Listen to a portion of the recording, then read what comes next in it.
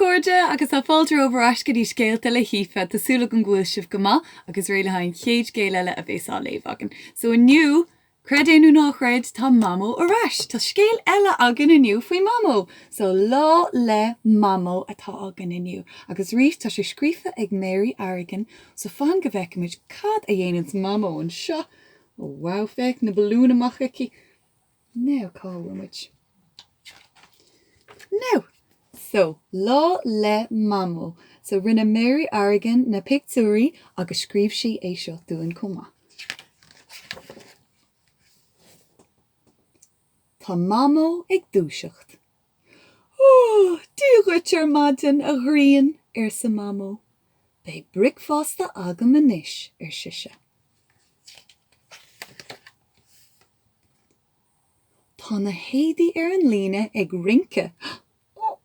Tá Mamó ag rinke ar an líne. Oh, fegar Mamó ag rinke. Tá Mamó ag ruthíocht faoin tua. Fág an bailach sa Mamó. Oh, fech tá an ruthar arás aici ríist. Tá Mamó ag éisteach leis an éan. Oh, is brálum do heola éinín sa Mamó. Bheit si ag éisteach leis an geol. Tá mé ag léim hAireann sa Mamó. Tá na hanmhathe ag fécint orthaí. Oh, a dheol fécar na ba agus na cuirí go fécint ar Mamó. Is maithlam a bheith ag ri an garsún. Tá Jeffar ormse a garsún sa Mamó. Oh, fécar. Tá si níos tapúla ná an garsún. Oh, nach álan iad na balún.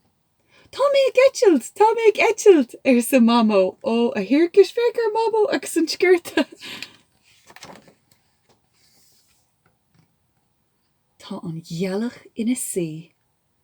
Oh, íhaha a ghealach sa Mamó. Tá mé ag dul a bhaile. Agus tá si dul a bhaile a rís a ruthair. Tá Mamó ag glanna a cuid fiacla. Scúb agus téas fiacla atá eici. Anna what Mamó, so sin an scúb agus an téas fiacla. Agus tá si dul timple. Tá Mamó ina colla. Tá tuirse orthaí tar éis an lei. Ina colla féach.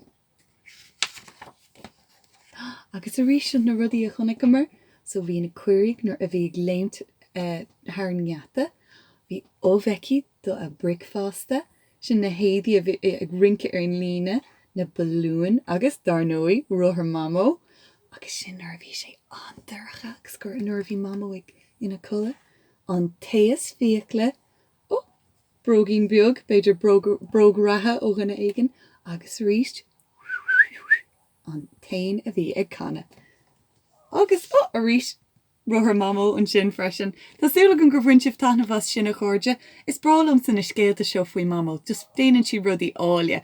Ok, chuirde, san agus feicim mé rí sibh le hain chéad scéal eile. San tan!